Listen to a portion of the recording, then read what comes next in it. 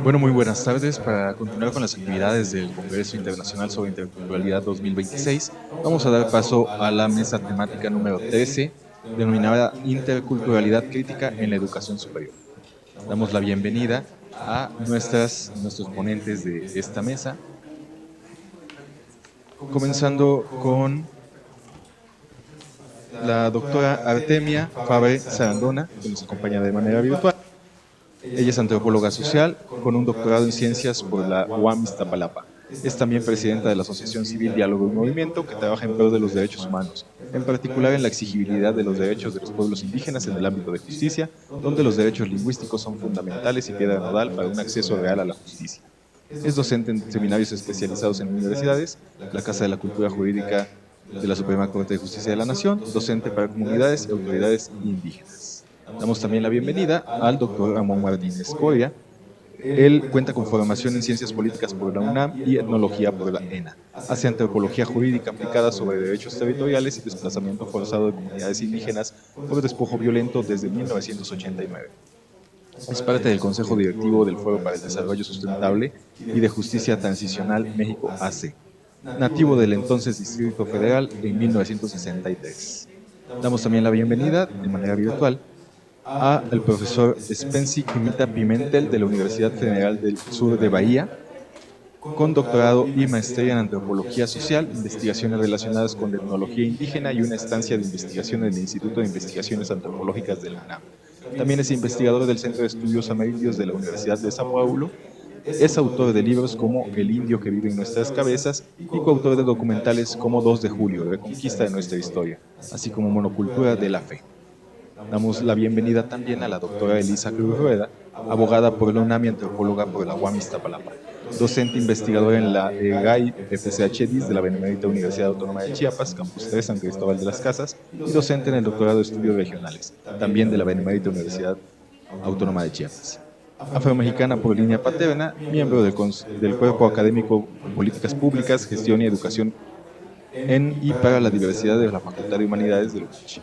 Es investigadora del Sistema Nacional de Investigadoras e Investigadores de México, nivel 2.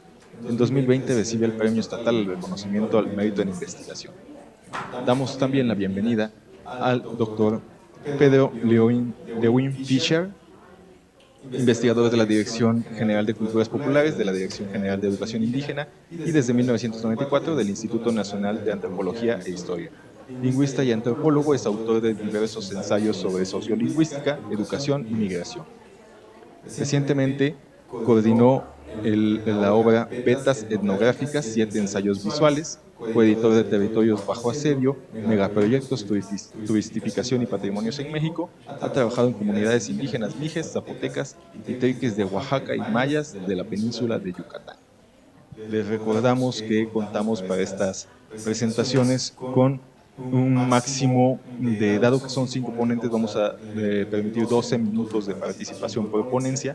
Vamos a tratar de mantener los tiempos puntuales para poder abrir la palabra también al final si hubiera preguntas, si hubiera comentarios, y si no hubiera tanto podemos volver a abrir una ronda de participación entre las ponencias para que terminen sus participaciones. Les avisaré cuando falten 2 minutos para concluir las ponencias y podemos comenzar con la doctora Elisa, que se encuentra de manera virtual. Doctora Elisa, ¿nos escucha? Sí, les escucho muy bien, ¿me escuchan? Le escuchamos bien, la vemos también muy bien y puede comenzar. Muchísimas gracias, maestro Samuel García. Bueno, esta mesa justamente la pensamos los que participamos en ella porque nos preocupa que discursos sobre la interculturalidad estén desfigurados en términos de que todo mundo da por sentada la interculturalidad, pero nadie puede definirla a cabalidad. Y lo que vemos es más bien prácticas de constante imposición de modelos de pensamiento sobre los saberes indígenas, pero también sobre otras concepciones de la realidad. Y el caso concreto es justamente cuando en esta gestión rectoral se nos comunicó la imposición de la Facultad de Ciencias Humanas para el Desarrollo Intercultural Sostenible, que paradójicamente es la que organiza este congreso, y digo paradójicamente porque pues debió ser un congreso que debió haberse hecho antes de la imposición. Y esa imposición involucró que llegaron y nos dijeron, se creó la Facultad de Ciencias Humanas para el Desarrollo Intercultural y queda desaparecida la Escuela de Gestión y Autodesarrollo Indígena. Esa dinámica de imposición, ¿no?, de dar por sentada cosas sin cubrir los procedimientos de consulta, de diálogo, es una constante a nivel nacional y en muchos países que se autodenominan pluriculturales y multiculturales, ¿no? Y pues justamente causa una preocupación para nosotros porque lo que vemos es más bien el encubrimiento de prácticas o de malas prácticas de asimilacionismo, integracionismo y paternalismo del indigenismo que se suponía se había erradicado.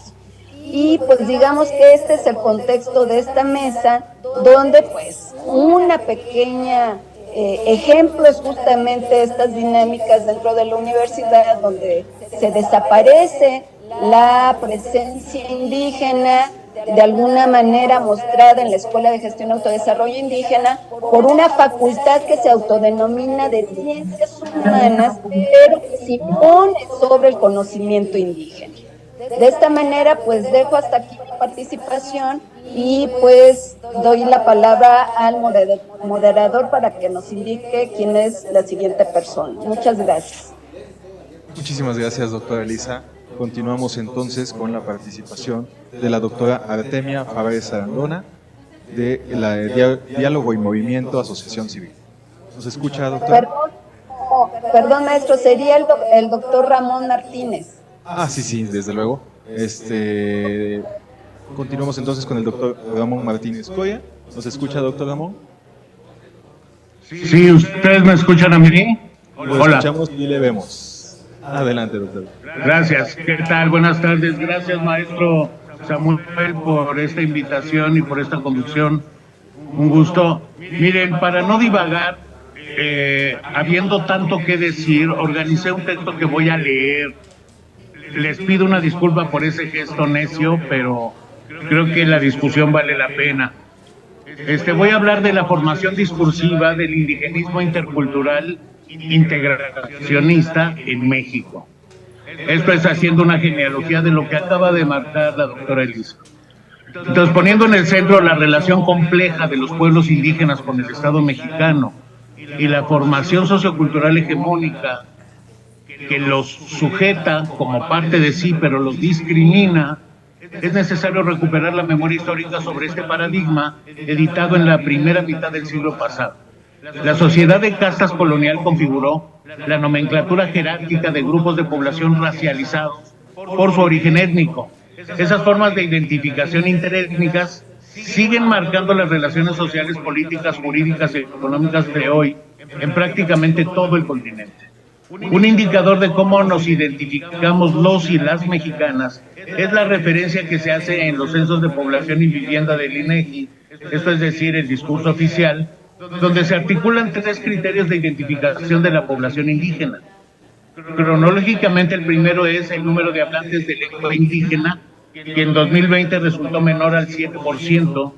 El segundo es las familias por hogar con algún hablante, que resultó menor a 12% de la población. Y el tercero incorpora la noción del convenio 169 de la OIT, que es el de la autoadscripción. Y sorpresivamente, 1 de cada 4 mexicanos decimos ser parte o descendientes de una comunidad indígena. Es decir, más del 23% respondieron esa autoadscripción. Ahora bien, con los cambios societarios sismáticos siempre durante las grandes coyunturas de la formación social mexicana, me refiero a las guerras de independencia, de reforma o de revolución mexicana, siempre dieron lugar a diferentes discursos políticos acerca de los pueblos indígenas. No nos va a dar este espacio para recorrerlas, pero sí hay que marcar como origen de esta discusión de ahora la formación discursiva de la Revolución Mexicana, que dio lugar al proceso constituyente y que concretó la enunciación y escrituración de la Carta Magna del 17, aún vigente, aunque infinitamente reformada o deformada. Sin embargo, hasta el gobierno de Lázaro Cárdenas, entre 36 y 40, 1940, cambió lo que en el porfiriato era, comillas, el problema de los indios, por, comillas, la cuestión indígena. El nuevo paradigma devolvió en parte, por la coyuntura, el reparto agrario, a las comunidades campesinas de los pueblos indígenas potestad legal sobre parte de sus territorios en forma de propiedad social de la tierra, incluso reconociendo títulos coloniales, aunque no fue para todos. Y prevaleció, sin embargo, la segregación y la marginación de este gran sector de la población. Pero en esos años 40, el Congreso Interamericano Indigenista celebró la fundación del Instituto Indigenista Interamericano en el marco de la OEA, que pregonaba la integración de los indios a las sociedades y las culturas nacionales. Entonces, resulta que México fue el primer país en América Latina en legislar y fundar su Instituto Nacional Indigenista, en nuestro caso recuperando las ideas del antropólogo Aguirre Beltrán para detonar sus primeros programas de intervención en las denominadas regiones de refugio. Su primer centro se instaló en San Cristóbal de las Casas, Chiapas, y su primer programa institucional se llamaba La Salud en la Situación Intercultural, definido para, comillas, enseñar a los indios hábitos de higiene, además de capacitar a parteras y médicos tradicionales en enfermería. La idea era que se les devolvía a sus comunidades como agentes de cambio, supuestamente para expandir servicios públicos de salud, imponiendo, por supuesto, el modelo biomédico de atención a la salud. Luego el indigenismo intercultural se inscribió en la educación pública, llevando servicios educativos públicos supuestamente a los territorios indígenas e imponiendo, por supuesto, el discurso de la historia nacional, robándole a los pueblos sus historias particulares, nunca devueltas, marcado por el discurso vasconcelista de la raza de bronce y reivindicando el mestizaje sociocultural como condición del desarrollo de la nación. En términos educativos indigenistas, los modelos que se sucedieron cambiaron a partir de 1957, cuando México reconoció los protocolos del Convenio 107 de la OIT sobre los derechos lingüísticos de minorías étnicas. Así que, a partir de ese momento, primero se dio lugar a la institucionalización de la educación indígena, con modelos que comenzaron siendo bilingües, luego bilingües biculturales, y ahora son interculturales, en términos retóricos.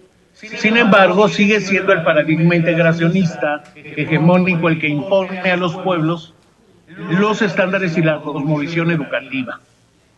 En otro lugar dejamos la discusión sobre los modelos educativos multiculturales, que no fueron los que se generaron en México, pero sí en otras partes, donde las minorías etnolingüísticas y religiosas son toleradas por una mayoría para mitigar o prevenir conflictos, incluso territoriales, por segregación, pero tienen cierto paralelismo. Ahora, tenemos que al final del siglo XX, con la evolución de los protocolos internacionales, México suscribió en el 90 el Convenio 169 y ratificó en el 91. Ello dio lugar a la reforma constitucional en el 92 al artículo 4 para reconocer explícitamente la existencia de los pueblos indígenas como fundadores de esta nación.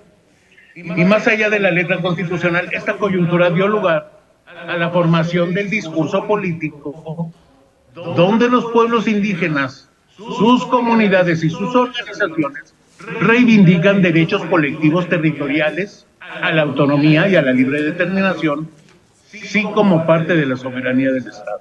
Y en este nuevo contexto, el movimiento y la resistencia de los pueblos han ido desconstruyendo al indigenismo intercultural integracionista, pero sigue aquí. El INPI es parte de ello. Las universidades en el modelo intercultural que están en México también lo son. Excede esta intervención a hacer un recuento de todos los esfuerzos educativos alternativos que buscan o han buscado la autonomía educativa.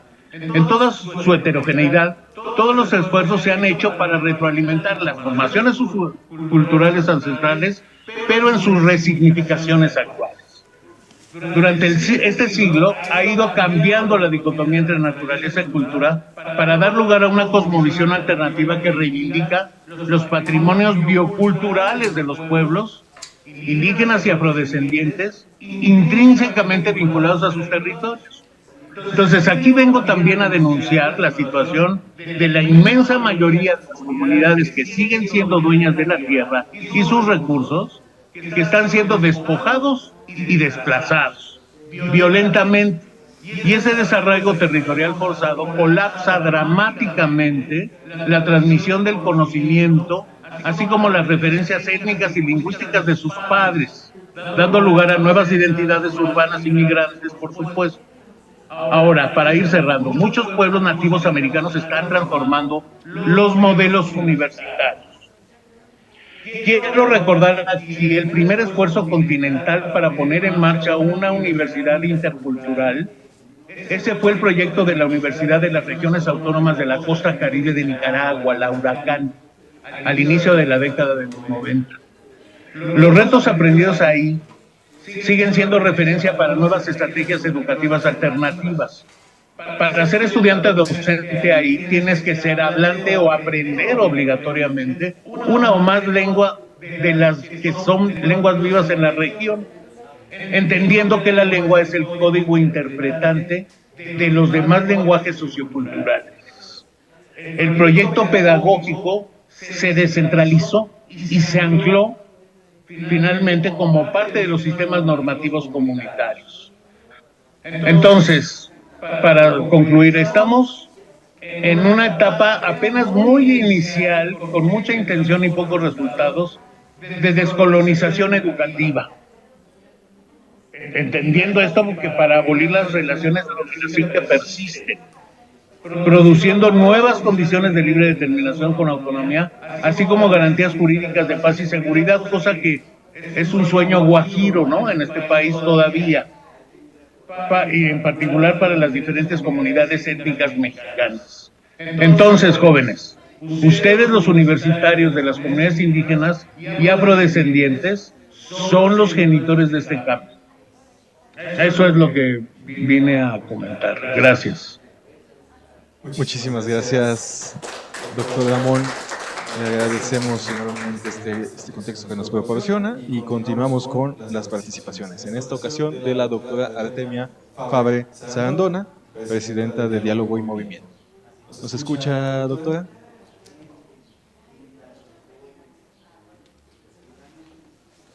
Sí, buenas tardes, ¿me escuchan?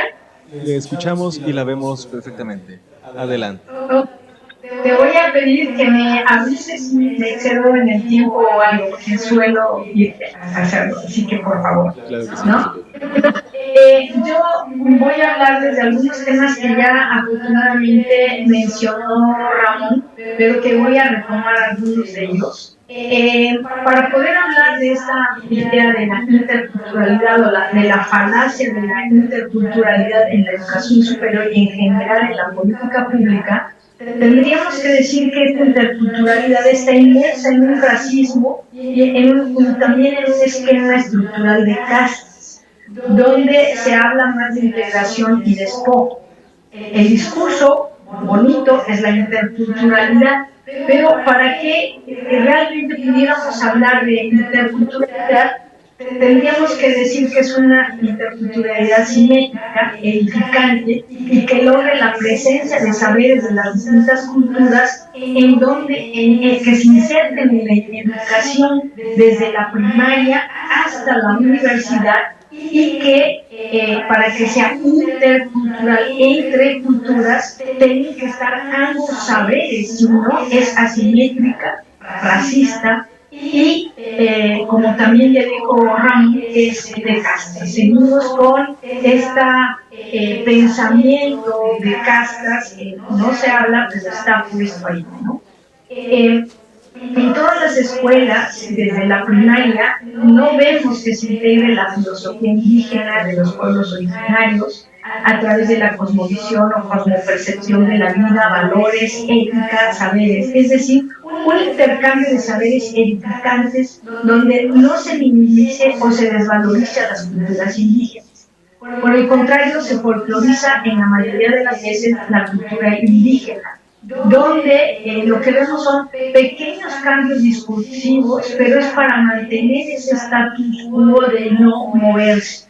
Y eso lo podemos agregar en todos los programas públicos, donde no se acaba con esta idea de que son vulnerables los pueblos indígenas, pero no son vulnerables en sí per se, sino son vulnerados por el esquema estructural de violencia y racismo. Entonces, esto es lo que permea ideológicamente los discursos a mi gusto de interculturalidad. La otra parte es que lo que estamos viendo en nuestra sociedad es que la educación en general, como sigue en esta misma idea, no tenemos en las universidades, que se llegue a las universidades donde los jóvenes vengan con sus saberes, con su propia lengua y que esté incluida en la currícula tampoco nada de los saberes indígenas. La mayoría de los jóvenes llegan con deficiencias en la comprensión del español y muchos negando sus identidades indígenas, que ahí se puede mostrar claramente ese racismo.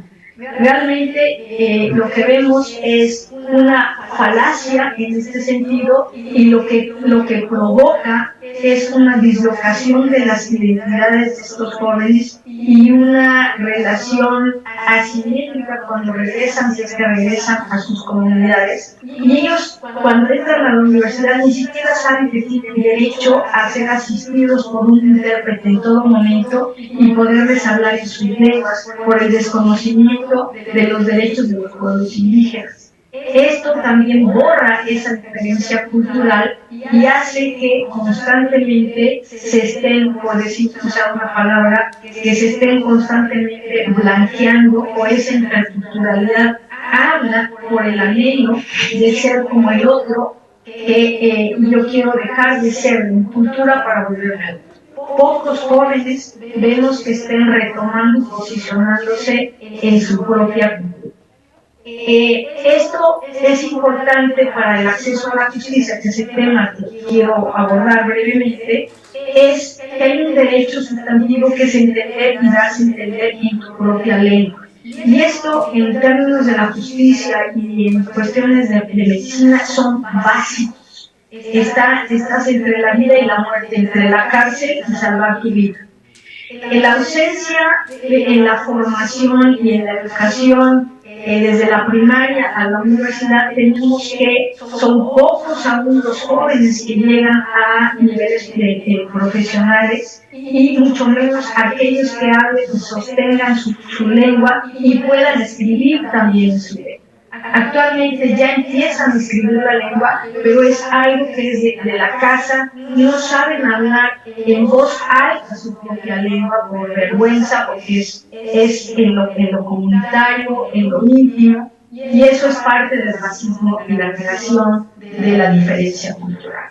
Por lo tanto, cuando llegamos al acceso a la justicia o a los hospitales, vemos que no hay intérpretes suficientes en mí o el limpio, quien sea, siempre alardean del número de intérpretes, pero es bajísimo de acuerdo a las lenguas indígenas y las variantes lingüísticas. Esto te habla de sistemáticamente borrar la existencia de las culturas y de sus lenguas activas. Por lo tanto, la formación a intérpretes no es una formación sostenida porque es una política gubernamental y no pública, al igual que las universidades interculturales, etcétera, que cambian y borran y quitan cualquier rasgo de afirmación de la diferencia cultural. Por lo tanto, aprendemos todos como sociedad a no aceptar y vivir y conocer las diferentes culturas que existen en nuestro país y mucho más respetarlas. Cuando la población en general dice que casi no se habla de lenguas indígenas, esto decanta en políticas públicas también, donde no hay la formación porque no hay los presupuestos, no hay un bilingüismo equilibrado que permita un grado de comprensión de ambas culturas. Les voy a poner unos ejemplos muy breves en donde al no haber una enseñanza de las lenguas indígenas sostenidas y que pueda haber un bilingüismo equilibrado, esto genera que los intérpretes en su mayoría son intérpretes prácticos o personas que apenas llegaron a la primaria o secundaria. Con lo cual el lenguaje técnico especializado en justicia y en salud es gravísimo, no entienden nada, por lo tanto no pueden interpretar y tampoco pueden interpretar en clave cultural. Esto requiere aprender tu lengua, saberla escribir, entender perfectamente tu cosmovisión y cosmopercepción del mundo para poder entender que la palabra justicia no significa lo mismo en tu cultura que en la cultura occidental. Entonces, en algunos lugares hacer justicia es que todos los corazones estén contentos, que no es la definición de justicia, porque es crimen o castigo y vas a la cárcel y no hay resarcimiento del daño ni los corazones quedan contentos. Por lo tanto, cuando alguien le dice, dígale al indiciado que aquí se le va a hacer justicia, pues nada de eso pasa. Y como no hay una concepción clara de ambos conceptos de justicia, el intérprete no puede decirle que no van a hacerle justicia de acuerdo a su. Ese es uno de los problemas que hay que mencionar, y también cuestiones de salud, que tampoco voy a mencionar, son importantes.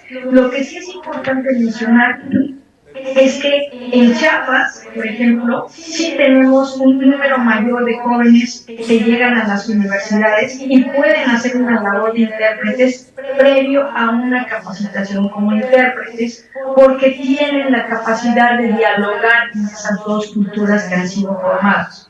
En el ámbito en Campeche, donde nosotros hemos trabajado, este problema de la ausencia de una educación formal y de aprendizaje de tu propia lengua cómoda y amablemente, donde puedas hablarla en público, hace que la comprensión de las palabras técnicas especializadas no las puedan interpretar a la cultura propia porque no la comprenden. Entonces esto genera en el ámbito de la justicia una teatralidad, es una burla, porque el intérprete a veces ni siquiera es de la variante lingüística adecuada, y como el otro no puede decir que no se entiende con el otro, el culpable o la víctima no puede decir que no entiende nada de lo que el otro juega la farsa porque le van a dar un dinero cuando le pagan, si bien le pagan. Entonces, el maltrato para los intérpretes es enorme, y a pesar de que hoy hay algunas escuelas o universidades que están dando interpretación y traducción, todavía no sabemos cómo van a ser contratados esos jóvenes y si van a servir para hacer interpretación en los lugares donde más se les necesita, que son en los juicios y en los hospitales, además de congresos y conferencias, ¿no? Ahí serían mejor pagados. Entonces, lo que estamos viendo es un discurso que solamente habla de un espejismo de democracia inclusiva, donde lo que vemos es constantemente un despojo y un anhelo constante de ser alguien que no soy, y por los esquemas de racismo y castas se vuelve un tema bastante grave. Esperemos, ¿no? siempre hay que hablar a veces en positivo y pensar que los jóvenes que nos están oyendo y están escuchando esto puedan lograr posicionarse también como intérpretes para lograr apoyar a las comunidades, en sus comunidades y en los ámbitos públicos que son súper necesarios para que no les roben las tierras, ¿no? En una transacción comercial o financiera, etcétera. El ámbito de la interpretación y el ámbito de que tengas el derecho de entender y darte a entender como yo digo que es como respirar. Si tú no te comunicas, quedas aislado y te asfixias. Y puedes perder tu casa, la vida, etc. Entonces, concluyendo, no tenemos una educación bilingüe. Nosotros, los que no somos indígenas, no tenemos la posibilidad de aprender en las universidades, de las escuelas, una lengua indígena, por lo menos una lengua indígena. Sin embargo, es obligatorio el inglés o el francés, no tardarán en ponernos el chino o el capuchino. Entonces, esto nos habla de un borramiento claro y sistemático de la diferencia cultural enmascarada en estos discursos perversos, a mi gusto, que no ayudan a nadie, sobre la interculturalidad que no nos abona a nada. Y bueno, ahí acabaría yo con la presentación. Muchísimas gracias, doctora Artemia. Muy interesante lo que nos comenta, abona enormemente a lo que se ha venido trabajando el día de hoy en la jornada. Y continuamos con la participación de Pedro Lewin. ¿Nos escucha? Lewin. El doctor Pedro Lewin. Pedro, ¿tiene apagado su micrófono? Ya, ahora sí me escuchan. Le escuchamos. Ok, y lo vemos bueno. perfectamente. Adelante. Obviamente, igual tengo que empezar con la aclaración de que no soy estadounidense, ¿no? Por eso de Lewin, o no sé qué. Pero no se preocupen, me pasa muy seguido eso. Bueno, pues mi presentación o mi intervención es muy breve y básicamente tomo la participación de las personas que me antecedieron como preámbulo, digamos, para lo que yo mismo quiero decir. Voy a enfocarme esencialmente al tema de la comunicación y particularmente al de los intérpretes, ¿no? Estoy completamente de acuerdo que si hay algo manoseado en hoy en día es el concepto de interculturalidad. Prácticamente podríamos decir que sería políticamente incorrecto no usar el término hoy día, pero no está resolviendo las cosas. Entonces, yo le llamé mi intervención como interpretando el papel de los intérpretes en las consultas indígenas. Y esto es a partir de una experiencia de trabajo colectivo entre Elisa y Artemia, aparte de otras vías propias, en donde trato de explicar cuál es el sentido del uso de los intérpretes en este momento, ¿no? Dos premisas básicas. Ya lo dijeron, el 169 de la OIT mandata esta participación de los intérpretes como en el contexto de la necesidad de que la gente se haga comprender o se haga entender y que comprenda. Y lo otro es la Ley de Derecho Lingüístico de 2003, donde también hay un mandato de una presencia obligatoria, participación obligatoria de los intérpretes. Bueno, son tres grandes ideas que solamente voy a hacer referencia muy brevemente a las que en esta presentación. Una es que no podemos hablar hoy en día de interculturalidad, sino en el contexto de una histórica relación unidireccional entre el Estado o la sociedad y la sociedad global y las comunidades y pueblos indígenas. O sea, Estoy queriendo decir que la comunicación es parte constitutiva de cómo se organiza una sociedad. Y esta comunicación ha sido histórica y todavía unidireccional. Ahorita voy a decir rápidamente algunas cosas al respecto. El otro punto es el uso de los intérpretes. Cuando son legitimados como prácticas interculturales, porque así es como se los concibe mayoritariamente hoy, constituyen la base para construir ideologías de relaciones horizontales y de inclusión social. Es la imagen que se construye a partir del uso y participación de los intérpretes.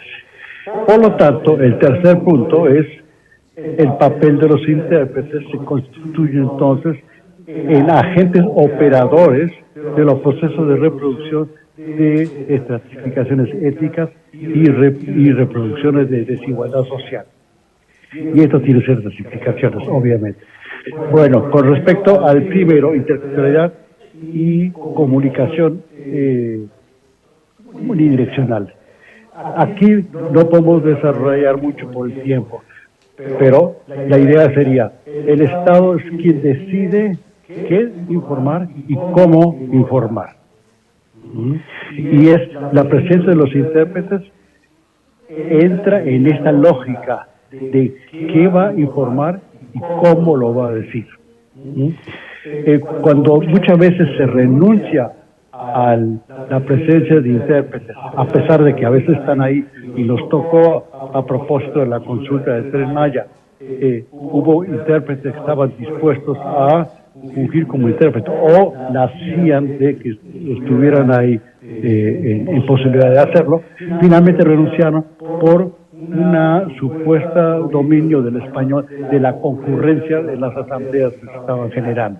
Esa renuncia al uso del intérprete en función de que una mayoría hablaba el español es justamente el resultado de una ideología nacionalista y de una creencia de una sociedad culturalmente uniforme y uniformadora, ¿no? Bueno, no podemos hablar demasiado de esto. Quiere decir que esto va generando que la interpretación que se hace en este tipo de eventos es unidireccional también. O sea, si la sociedad está organizada de manera unidireccional, en un solo sentido, en términos comunicativos, la presencia de los intérpretes también lo es en el mismo sentido, ¿no? O sea, no se interpreta en ambos sentidos. ¿Qué quiere decir? Es el Estado quien dice qué vamos a traducir, ellos dicen, qué vamos a poner en la lengua de los otros, ¿no? Y no es el Estado, ni tampoco el intérprete, quien busca recoger la opinión local para hacérsela llegar a los otros, ¿no? Entonces, es un flujo de información unidireccional, pero también en ese sentido, jerárquico, ¿no? Es de arriba para abajo y de un lado para el otro y no al revés. Eso constituye a la audiencia, en este caso de las personas consultadas, cuando se trata de consultas, en sujetos pasivos, son receptores de información, ¿no? Y al mismo tiempo todo esto se convierte en un momento para silenciar esas voces de la diversidad. Y esto es clarísimo, en un otro caso que me tocó también hacer un trabajo, pudimos observar cómo esta construcción de la pasividad de los sujetos consultados finalmente terminó no solamente negando la voz de los otros, de las comunidades locales, sino también en la negación de la matriz cultural de esas personas. O sea, en el caso de la población maya, por ejemplo, existe un concepto que se llama el tzicpal, que significa conversar, pero no solamente es conversar, no solamente es hablar, sino también implica una manera de estar en la comunidad, y una manera de acudir a la memoria, de una manera de acudir al pasado, de una manera de actualizar el pasado y volverse presente y futuro. Bueno, cuando elaboramos a partir de esta idea, logramos entender que hubo justamente una ausencia de esa ausencia de diálogo. O sea, ellos mismos tienen desde su propia matriz cultural la idea de diálogo, la idea de alguna manera de interculturalidad, si lo queremos ver de esa forma, ¿no? Bueno, entonces lo que quiero decir en síntesis con esta idea es cómo esta imposición, este uso mañoso, manipulador de los intérpretes, que muchas veces por ser originario de la propia comunidad se los valida y uno lo toma desde afuera como la voz legítima, ¿verdad?, etcétera, etcétera. Pero cómo esto no solamente silencia las voces locales, se convierte a los sujetos locales en sujetos pasivos, sino de que silencia la voz, digamos, ahora lo que llamamos las epistemologías, ¿verdad?, alternas. Bueno, es justamente eso. Pues esas epistemologías alternas se convierten como inexistentes, como caducas, ni siquiera se las escucha, pues, ¿no? Bueno, entonces, porque yo creo que ya falta poquito tiempo, paréntesis, todo esto se puede comprobar comunicativamente. Esto, lo que le estoy diciendo, no es algo que es resultado de una ideología o de una hipótesis. No, todo esto tiene un valor empírico, tiene una presencia empírica que se puede observar, se puede, por lo tanto, estudiar e interpretar. Entonces, si estamos de acuerdo con esta idea, el uso de los intérpretes legitimados como prácticas interculturales son la base para construir estas ideologías que les decía, horizontales y de inclusión social. Da la ilusión de que estamos incluyendo a las personas consultadas, de que se le estamos dando voz. Como no, acá está el intérprete, está haciendo todo, su tarea, cuando sabemos que por todo lo que le dije antes no es cierto. Y entonces es por eso que pienso que los intérpretes son como los operadores, ¿verdad?, ese eslabón, ¿verdad?, que está contribuyendo no solamente a invisibilizar, a silenciar las voces comunitarias, locales, las expectativas, las dudas, etcétera, etcétera, sino también están contribuyendo a esa estratificación y a reproducir esas desigualdades sociales. Y cómo ver cómo esto se construye de manera comunicativa. Eso es lo interesante, ¿no? Bueno, finalmente, esto hay implicaciones. Una es, ya lo dijeron algunos, es la formación de los intérpretes, ¿no? Eso es, y no voy a profundizar en esto, ya lo dijo Artemia. Yo solamente me diría que sería interesante crear o pensar en figuras y instancias como observatorios que den monitoreo, que sirvieran de monitoreo para la práctica de los intérpretes, ¿no? O sea, no puede ser que asistamos todavía, después de tantos años de mandato constitucional, para la presencia de estas figuras, y que las instituciones que hagan uso de estas figuras queden impunes ante su inconsistencia en el uso de ese mandato constitucional, ¿no? Bueno, lo dejo hasta ahí y muchas gracias. Muchísimas gracias, doctor Pedro. Muy interesante participación. Vamos a dar paso ahora a el profesor de la Universidad Federal del Sur de Bahía, Spency Quimita Pimentel. ¿Está por ahí, doctor?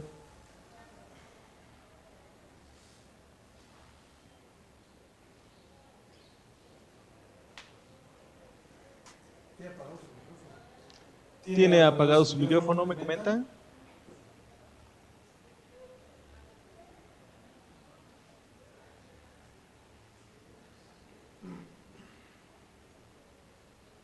Vamos Vamos a ver si nos puede escuchar.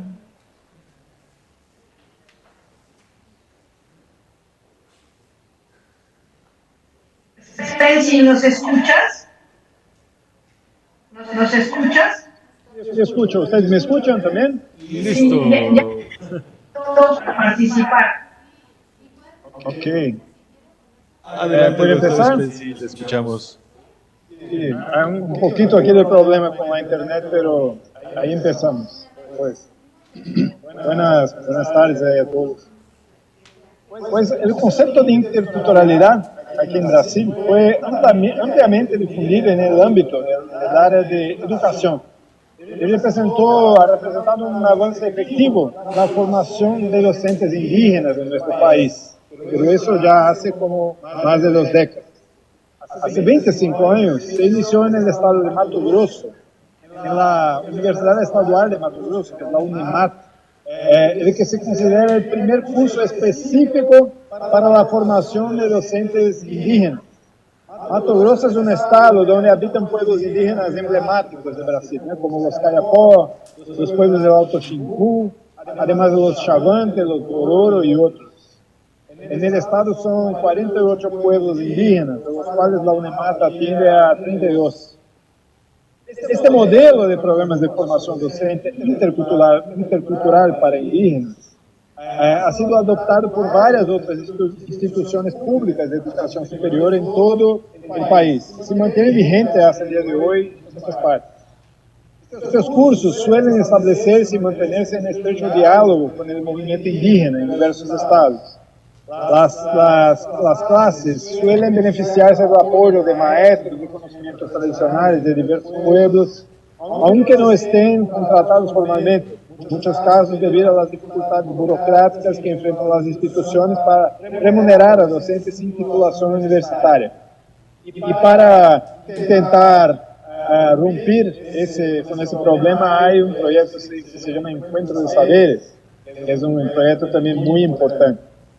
Pues, ese modelo que incluye la pedagogía de la alternancia, que se dice aquí, fue inicialmente propuesto por docentes del movimiento de los trabajadores sin tierra, que empezaron entonces con cursos de formación de docentes, pero para escuelas rurales, del campo, de la educación del campo. Y así se empezó y el movimiento indígena entonces tomó prestado este modelo de la pedagogía de la alternancia.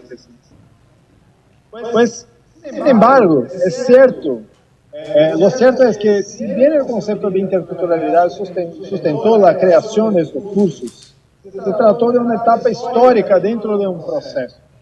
Lo que más clama por los pueblos indígenas ya no es la creación de un curso intercultural en ese momento histórico, sino la creación de universidades indígenas.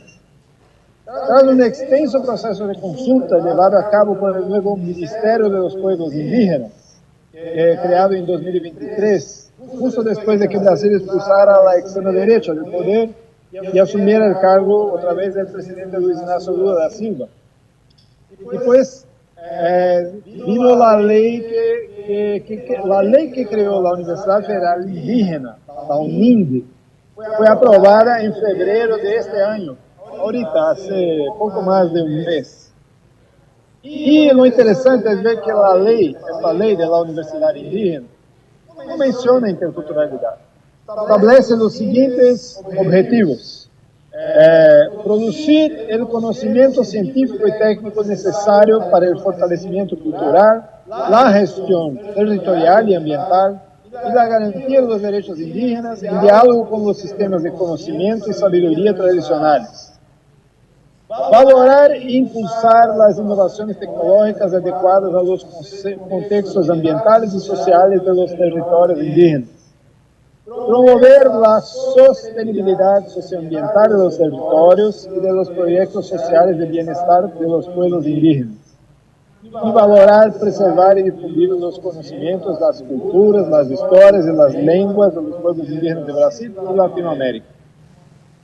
Así pues, podemos afirmar que en este nuevo momento histórico en que los pueblos indígenas han buscado avanzar hacia su determinación y autonomía, la idea de interculturalidad parece perder espacio. Quizás remita más a un pasado en el que aún era necesario luchar para garantizar una presencia mínima de conocimientos indígenas en las escuelas públicas, cuyos proyectos pedagógicos estaban controlados por el aparato estatal. Tal vez tuvo un valor táctico en algún momento, pero el objetivo estratégico es la autodeterminación y la autonomía. La superación del colonialismo interno sofoca las capacidades indígenas de autogobierno. Este valor táctico de la interculturalidad se asocia, por ejemplo, con el hecho de que dos leyes establecieron la enseñanza obligatoria de la historia de las culturas africanas y afro-brasileñas, además de las indígenas, en 2003 y 2008. Pero fue otro momento histórico, ya no es el actual. Así que lo que representa, de hecho, la demanda indígena hoy es la creación de universidades indígenas, con total control de los pueblos indígenas. Así como hoy ya tenemos el Ministerio de los Pueblos Indígenas, la Fundación Nacional de los Pueblos Indígenas, que viene de la antigua FUNAI, que ya ahora ya no más Fundación Nacional de Indios, sino de los Pueblos Indígenas. Y pues este es el cuadro actual. Incluso, más para terminar, pero incluso si consideramos el término interculturalidad desde una perspectiva antropológica, sus limitaciones también se han hecho evidentes en los últimos años. Brasil fue uno de los pioneros del llamado giro ontológico en la antropología en los últimos 20 años. De antropólogos como Oliveira de Castro y otros que reflexionaron sobre la necesidad de considerar las diferencias entre los pueblos simplemente como distintos puntos de vista sobre la misma naturaleza, el mismo cosmos. Es necesario comprender que la crisis planetaria que estamos viviendo demuestra que lo que está en juego es una guerra de mundos, no solo una cuestión de distintos puntos de vista sobre un cosmos. El mundo del capital es completamente incompatible con los múltiples mundos proyectados por las cosmologías indígenas de todo el mundo. Todos los mundos, pues. Como decían los zapatistas, hoy necesitamos de un mundo en que convivan muchos mundos. Y en ese sentido, la interculturalidad, una vez más, parece obsoleta. Esa es la contribución que les traigo desde Brasil, y ahí abierto ahí también a después platicarnos más. Y un gusto participar en la mesa. Gracias por la invitación y por estar junto con tantos maestros ahí tan experientes ahí en ese tema. Gracias. Buenas tardes. Muchísimas gracias, doctor Spency. Le agradecemos mucho. Antes de continuar con la ronda de participaciones del público asistente, le vamos a oír un momentito la participación de la doctora Artemia, quien nos solicitó compartir unas imágenes. Doctora, si nos escucha. No me gusta que me toquen mis cosas. ¿Te acuerdas que antes te dejaba yo que lo arreglara? Lo tocaras y todo. Sí, es mío.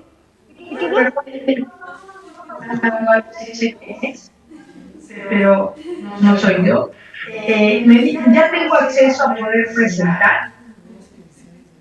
Me parece que puede compartir pantalla, doctora. Ok, gracias.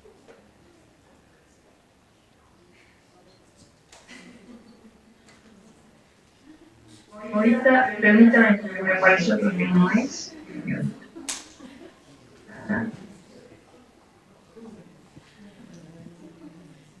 No sé si ya lo estén viendo. Sí, la estamos viendo.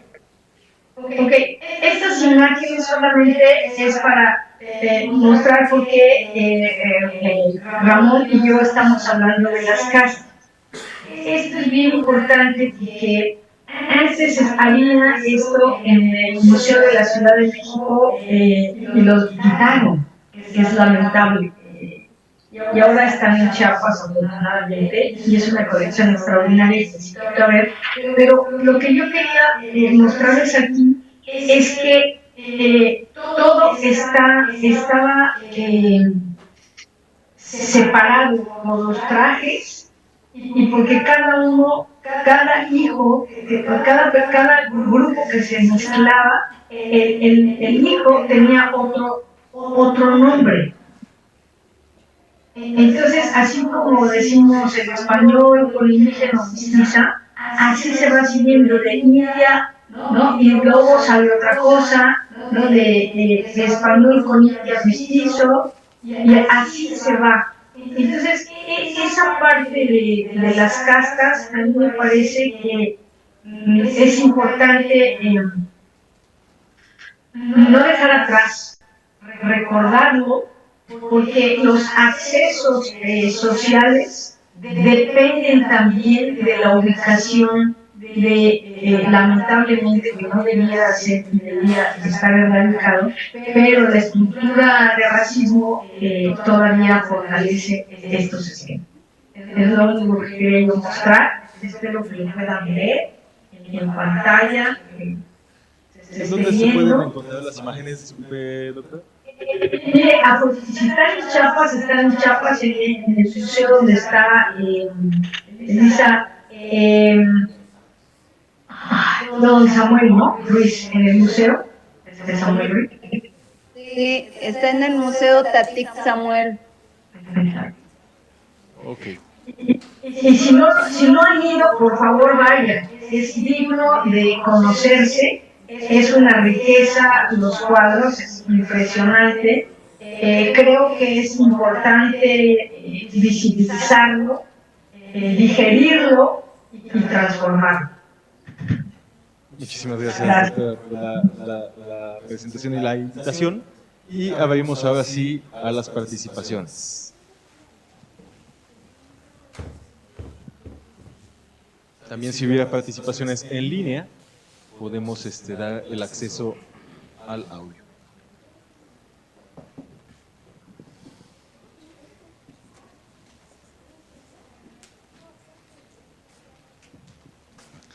Buenas tardes, Laureano Rodríguez, de casa.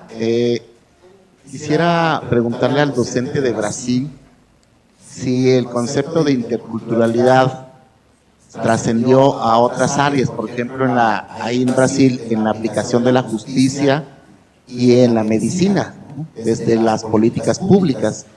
Entonces, si tiene conocimiento, pues ahí en Brasil sobre este asunto.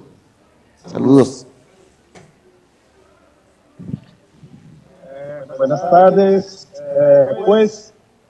La idea, pues, de que se tenga una atención a los conocimientos indígenas en estas áreas no es algo, es algo que sí, que pasa en esas áreas.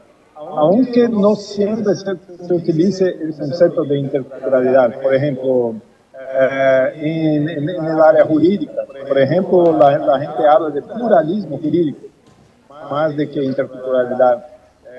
Hay esa idea entonces de pluralismo jurídico.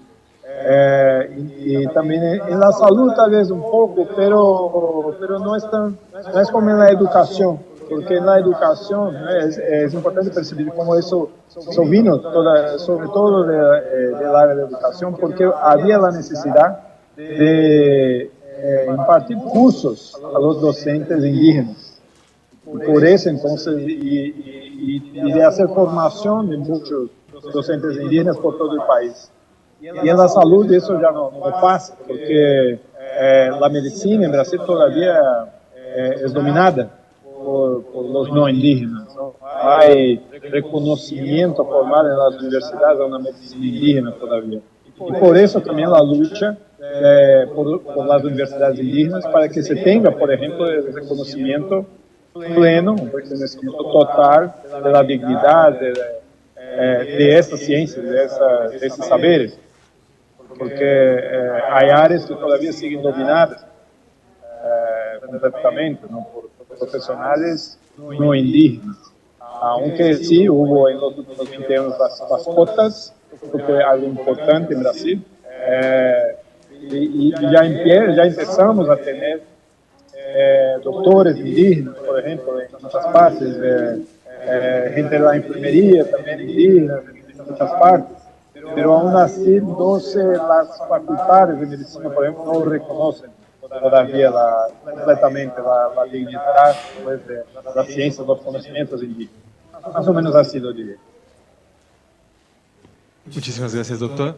Continuamos con participaciones. Podría comentar un caso para Brasil, un amicus que presentamos colectivo en el ámbito de justicia, un peritaje, en el 2017. Ahí el peritaje fue porque los abogados decidieron que la persona hablaba el suficiente español. ¿Okay? Entonces, eso generó que nos pidieran un amicus a nivel internacional, participamos varios especialistas, y en ese amicus lo que se presentaba es que ni el juez ni los abogados son peritos en materia. Entonces, no era posible que el juez o los abogados decidieran si la persona hablaba portugués o el suficiente portugués de acuerdo a la perspectiva del especialista en otro tema. Y eso a nosotros nos ha pasado muchísimo. Puede existir la idea del pluralismo jurídico, etcétera, pero sigue habiendo la prepotencia de los jueces frente a los casos de justicia, donde creen que si el otro puede decir su nombre, ya habla español o habla portugués o la lengua en la cual estén, ¿no? Entonces, digamos, para abonar a la discusión de lo lamentable que es el borramiento de la cultura y de la diversidad. Sí, buenas tardes. Oseas Ramos de la Universidad de Chapingo. La autora Catherine Walsh y algunos otros autores coinciden en que la interculturalidad crítica busca no solo cuestionar las estructuras de injusticia y de poder que hoy prevalecen en las estructuras políticas y educativas, no solo las cuestiones, sino que se debe buscar transformarlas. Les pregunto a los ponentes, quien quisiera responder, ¿qué pasa como ahora en México, a partir del sexenio anterior, que el Estado adopta a la interculturalidad crítica como un eje de su sistema político y educativo? Les pregunto, ¿se corre el riesgo de que se pierda el sentido crítico? Gracias. ¿Alguien gusta participar? Doctor Ramón. Doctor Ramón. Yo también, por favor. Ok. Rápidamente, creo que aquí seguimos en esta tensión del indigenismo versus la autonomía indígena. O sea, literalmente hay una lucha ideológica al respecto y el Estado mexicano, no solo el gobierno, está permeado de ello. Entonces, las últimas dos administraciones no han cambiado el paradigma, solo actualizaron el discurso indigenista con una nueva capa de la cebolla encima, pero no hay todavía pluralismo político y jurídico en este país en las prácticas de gobernanza y de gestión de la justicia. Entonces, yo creo que además la propaganda, literalmente, que es como se vende esta retórica, se vuelve un asunto mediático muy vacío. Aquí yo invito a la crítica atenta también a los medios y las redes por las que nos llega y nos ataca ese discurso, pero sigue siendo un discurso integracionista. A ver, la folclorización del bastón de mando en las tomas de las dos presidencias últimas, por favor. Eso es folclorizar el indigenismo de nuevo, ¿no? Amén, cambio. Gracias. Muchísimas gracias, doctor. Doctora Elisa. Sí, coincido con el doctor Ramón Martínez y justamente de la exposición del doctor Spencer y Pimentel, es importante precisar que pluralismo jurídico no es lo mismo que interculturalidad, ¿no? O sea, el pluralismo jurídico surge en un contexto histórico, temporal, determinado, que no es el de la interculturalidad. O sea, la interculturalidad es este momento en donde estamos discutiendo la interculturalidad, ¿no? Y que para mí pues es una utopía y es algo que todavía no hemos logrado, justamente por lo que ha expuesto la doctora Artemia, el doctor Pedro y el doctor Spency, ¿no?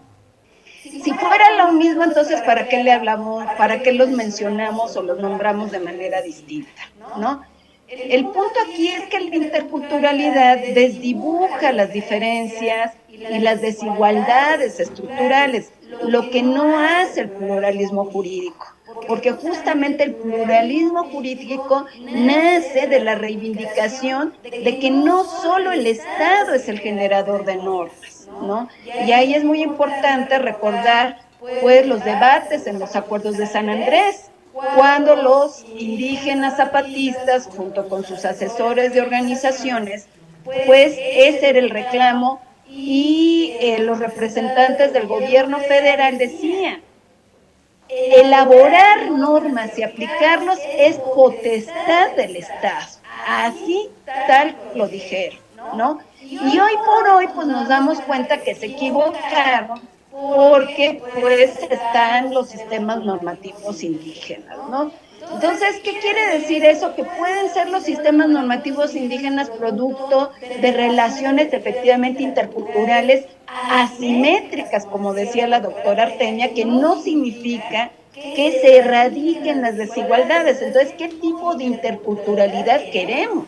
¿Queremos esa misma interculturalidad donde unos obedecen y otros mandan, ¿no?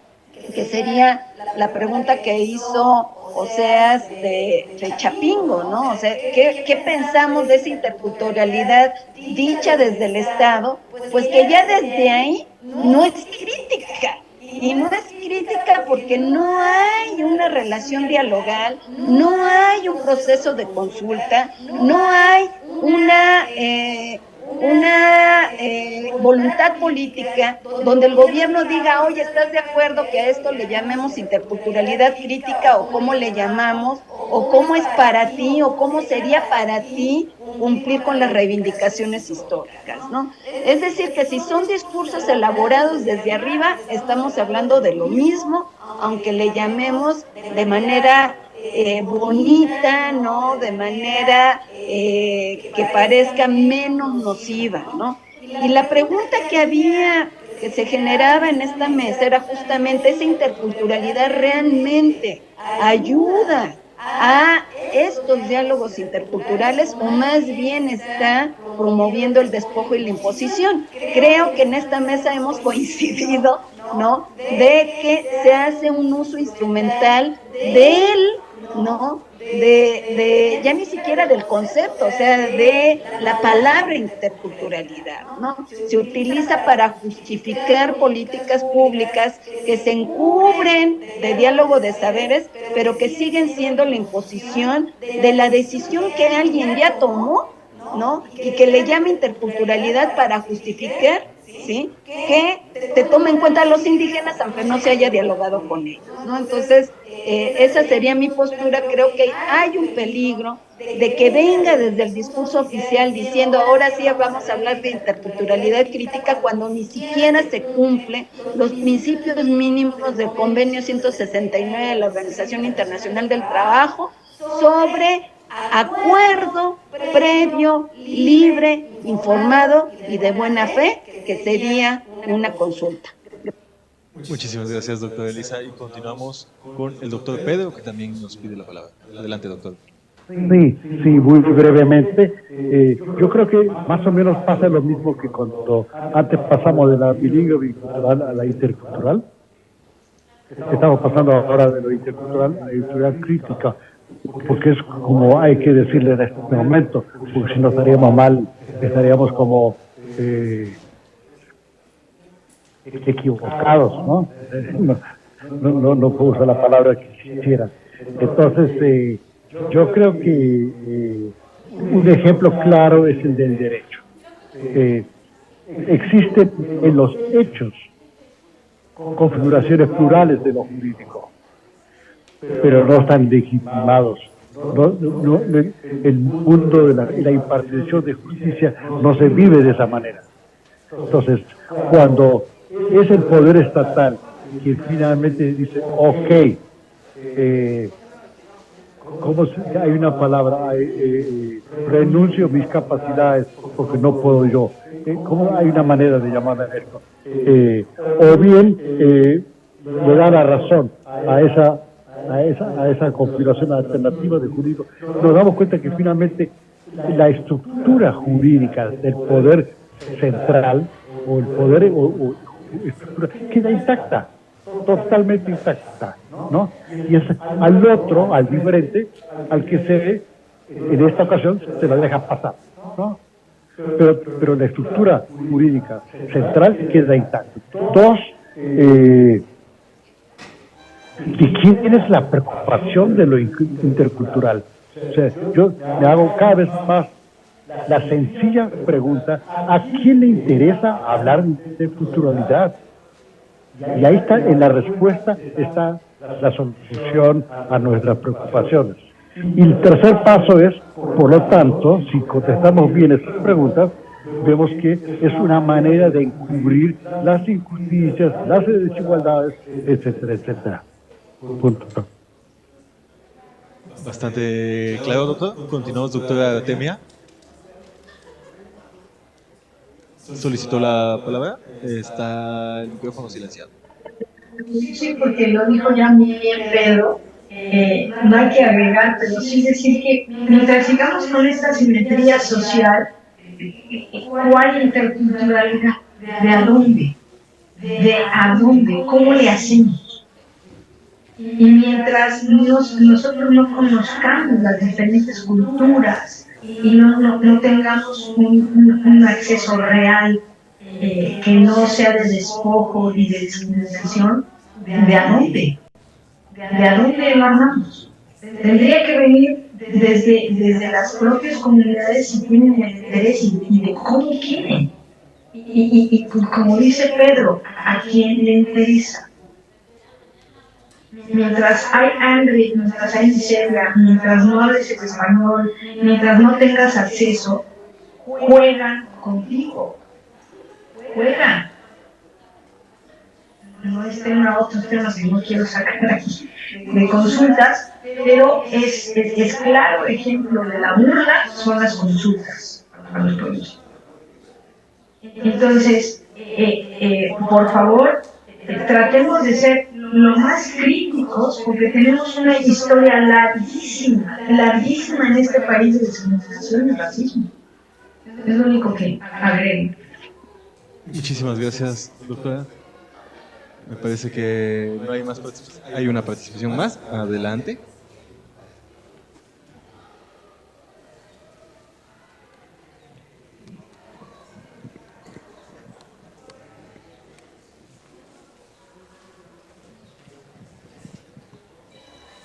Buenas tardes, Nicolás, estudiante de la licenciatura en Gestión para el Desarrollo y la Diversidad de la Facultad Organizadora. Primero que nada me gustaría hacer un pequeño comentario al exponente Ramón. Primero que nada felicitarlo por su ponencia. Segundo, el discurso que usted dio es realmente muy motivador respecto a sí, los jóvenes universitarios deben ser los representantes. Pero personalmente pienso que este no es el lugar adecuado para decirlo. ¿Por qué? Porque los jóvenes estudiantes indígenas que se encuentran aquí son la minoría que tiene el privilegio de poder estudiar. ¿Por qué? Porque para poder hablar y escribir en cualquier dialecto es un privilegio. ¿Y qué pasa con esto? ¿Qué pasa con las personas que tienen este privilegio y tienen básicamente la posibilidad de estudiar en universidades sin afectar a su familia, sin afectar que su familia no le afecte, que tengan uno menos que no esté trabajando, que no está ayudando, pero que está estudiando? Tenemos muchos ejemplos. Hay cierto político que no menciono porque soy un cobarde, pero también no soy tonto para meterme con alguien con mayor poder adquisitivo que yo, que salió de su comunidad con muchos con doctorados, todo esto. ¿Qué pasó en su comunidad? Sigue exactamente igual como se fue. ¿Por qué? Porque no fue una buena representación del pueblo. Porque básicamente fue alguien que tuvo el privilegio, que no estaba igual en iguales condiciones que el resto de la población, y aún así no cambió nada. Tenemos cierto diseñador de modas en Chiapas que roba diseños a las propias artesanas, muchas gracias, a las propias artesanas. Que igual, un ejemplo muy claro de alguien que tuvo el privilegio, pero no representa a la comunidad. Entonces sí, este discurso que usted da es motivador, pero no es muy adecuado que lo mencione a esta minoría. Es mucho mejor este discurso en las poblaciones, donde está la realidad de los pueblos, donde están las verdaderas personas que sí tienen y quieren hacer el cambio, pero no tienen las posibilidades. Es más o menos eso. Y respecto a lo que hablan, sí, la interculturalidad, ¿de dónde? ¿De cuál? ¿Y de qué tipo? ¿Por qué? Porque actualmente yo estudiando, sí, veo mucha influencia de qué? De indígenas. No se puede tapar el sol con un brazo. Los indígenas fueron discriminados, siguen siendo discriminados y no sabemos hasta cuándo. Ustedes mencionan esto de los traductores, al mismo ejemplo, los mismos traductores no son las personas con este privilegio, que no representan al pueblo. ¿Y por qué menciono esto de esto? ¿Por qué vengo mencionando esto? Es por eso, porque pues, no siempre va a ser así, no siempre es, la persona representante la persona que fue escogida como representante va a ser literalmente representante de la comunidad, de la población. Y es eso. Entonces, ¿por qué menciono lo de interculturalidad? Porque hay muchas dimensiones que no se abordan. Tenemos a la comunidad LGBTQI+, que no es mencionada muy... Bueno, que lo que llevo de este congreso no he visto influencia. Tenemos otras comunidades, tal vez campesinos, tal vez mineros, que igual no vi nada. Tenemos, no se me ocurre, también dentro de este colectivo puedo meter a las madres buscadoras, que por sí solas son una dimensión completamente diferente. Eso es todo. Muchas gracias. Muchísimas gracias. Así que por alusiones personales, doctor Ramón. Sí, pues agradezco mucho esta intervención porque por supuesto que estamos frente a una minoría privilegiada y justamente el punto de quiebre está aquí. Mire, yo viví 20 años en San Cristóbal trabajando con las comunidades de todo el estado, siempre las vulnerables al conflicto, al desplazamiento, etcétera. Pero también acogí en mi casa y en mi organización a jóvenes que llegaron a estudiar, pero en todos los casos había una tensión con la familia de origen. La frecuencia era muy alta en el sentido de que la familia, había un distanciamiento de la familia con el que iba a estudiar a la ciudad, porque los trataban como si se estuvieran volviendo catlanes, le decían.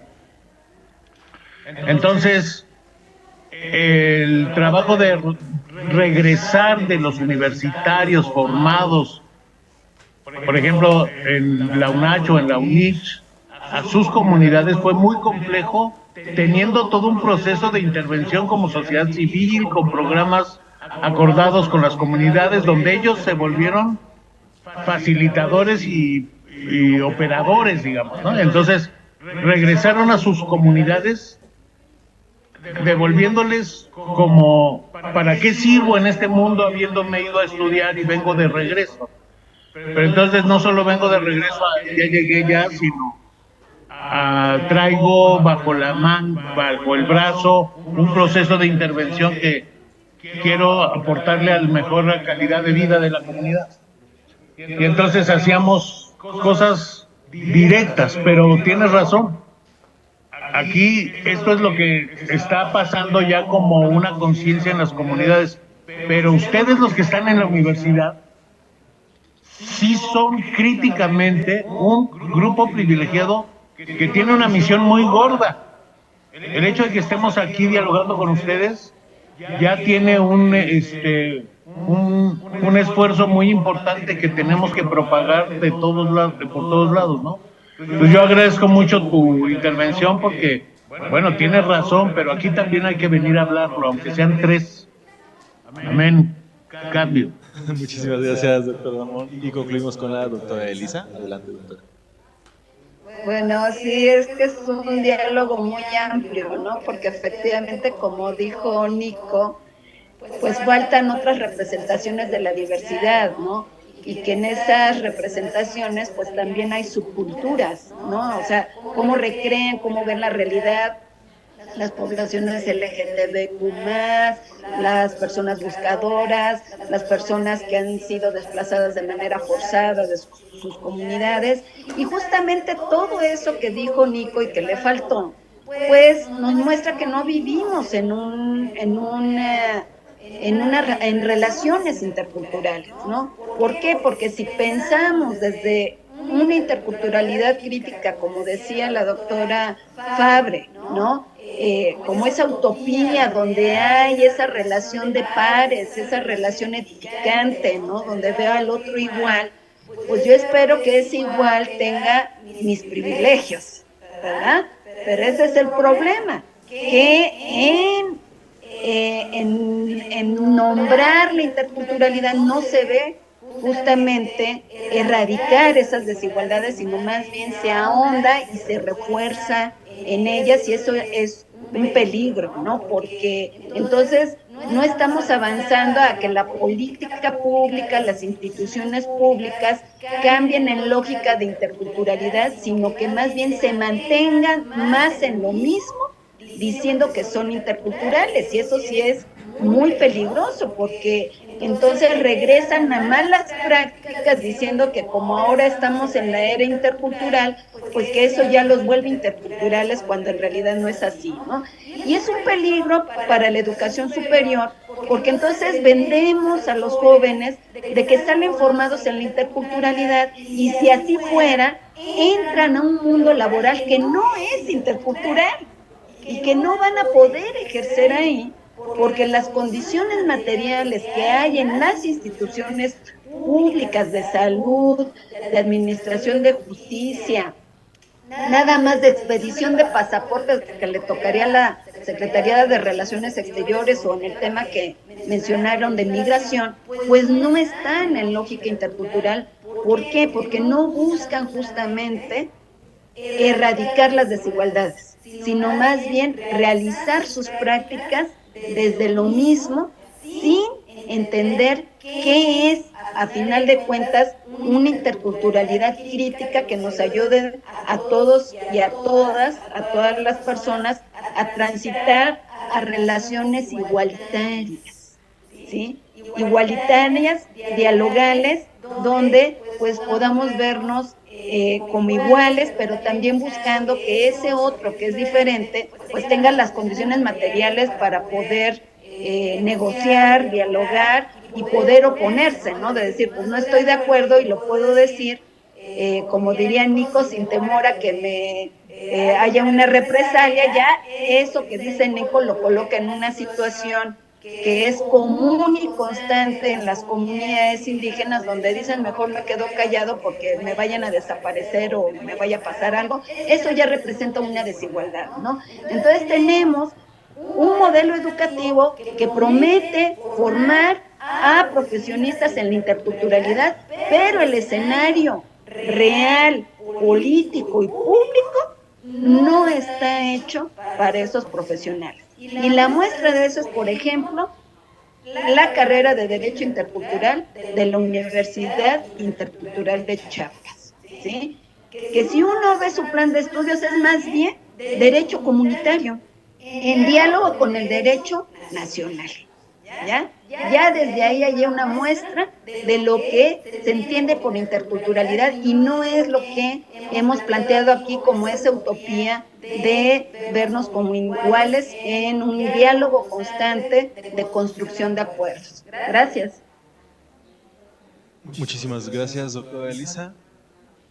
Me parece que ya no hay participaciones ahora sí, entonces pues queda claro que queda mucho por hacer y seguimos avanzando. En las actividades de este congreso concluimos las actividades del día de hoy y les esperamos el día de mañana para las presentaciones de libros. Les agradecemos. Camarada, quiero decir un comentario ya al margen, si me lo permites. Adelante, doctor Ramón, concluimos entonces. es que el compañero se refirió a dialectos cuando tenemos que hablar de lenguas. O sea, el tzotzil y el celtal son tan idiomas como cualquier otro, como el chino y el alemán. Entonces, digamos que en México hablamos el dialecto mexicano del español, ¿no? Entonces, todas las lenguas tienen variantes dialectales, pero las lenguas son las lenguas, pues, ¿no? Hay que justamente devolvernos, quitarnos esa parte discriminatoria del imaginario inconsciente. Perdón, eso era. Muchísimas gracias por la precisión. Y quisiera agregar algo más. Sí, primero Pedro. No, adelante, y después yo. Ok, mira, también Pedro mencionó traductores. Un intérprete es aquel que hace la interpretación directa, verbal, y hace una interpretación en clave cultural, donde los conceptos los va a tratar de interpretar hacia la cultura a la cual está hablando. ¿Okay? Y el traductor es aquel que escribe texto. Entonces, desde ahí empezamos digamos, a tratar de que las palabras que usemos nos signifiquen para que el intérprete y el traductor puedan tener los espacios que requieren. Un traductor escribe libros y es fundamental cuando se tiene que traducir una sentencia, por ejemplo, que ya hay casos en Oaxaca que se han solicitado que todo el caso sea en lengua indígena y se escriba en lengua indígena. Ahí empezamos a ver una cierta equidad en esa igualdad que estaba hablando Elisa, es decir, se respeta la diferencia cultural y se pasa la sentencia a lengua indígena y también la en español para que los hablantes de una lengua y de la otra la comprendan. Eso sería digamos, una relación mucho más igualitaria o equitativa en términos de acceso a la justicia. Además, quería yo agregar que cuando tratemos de ver si hay interculturalidad o no, yo insisto mucho en, pues no hay en la educación, en ningún ámbito, desde la primaria hasta la universidad, no vemos que nos enseñen nada de las culturas indígenas. No, ni poemas indígenas que hay traducido. No lo vemos, no hay un acervo cultural sostenido que nos permitiera en un momento dado incluir en nuestro acervo cultural nacional a las culturas indígenas como pares, como un vaivén. Me explico, vas y vienes en las diferentes culturas que existen en tu propio país. Eso sería hablar de respeto, de una armonía, donde a lo mejor dejaríamos de hablar de la interculturalidad porque la estamos ejerciendo día a día. Entonces, creo que también habría que empezar quizás a romper esas fronteras de la única posibilidad es este concepto raro y pernicioso, porque habla de poder, ¿no? Y de racismo, es la interculturalidad. Muchísimas gracias, doctora. Adelante, doctor Pedro. Concluimos con usted. Sí, muy bien, porque no sé, la manita no la encontraba. Quería como más terminar con algo más optimista y entonces rescatar el terreno de lo local. Que a mí me parece que es algo que estoy trabajando ahora. Si esperamos que el sistema educativo se transforme, me parece que vamos a tener que esperar demasiado tiempo, mucho tiempo. No quiere decir que esa pelea no haya que darla. Claro que sí, pero simultáneamente creo que hay que entrever esos espacios cotidianos, cercanos, de proximidad, locales, en donde podamos realmente abrir discusiones sobre esto mismo que se está discutiendo ahora y entonces creando consensos locales. Creo que si algo tiene que ver la interculturalidad es también pensar de abajo hacia arriba. Entonces creo que no estaría de más, creo que sería oportuno recobrar y revalorar estos espacios locales, por ejemplo, en hospitales, en donde se dan estos encuentros, ¿verdad?, conflictivos, entre diferentes, donde no hay finalmente la pretensión, quizás de uno u otro lado, de imponer, sino también se dan por inercias, ¿no? Y que quizás no discuten tanto un poder político en lo inmediato. Entonces, simplemente lo que quiero mencionar con esto es que simultáneamente a que estemos pensando a nivel macro, a nivel de las grandes estructuras, también no perdamos de vista estos espacios locales de discusión. Muchísimas gracias, doctor. Les agradecemos, les recordamos que todas las mesas temáticas, así como las conferencias magistrales, estarán disponibles próximamente en la página del Congreso para su consulta.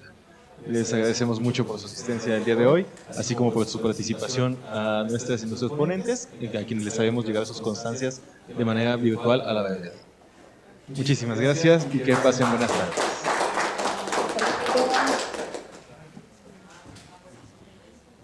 Gracias, hasta luego.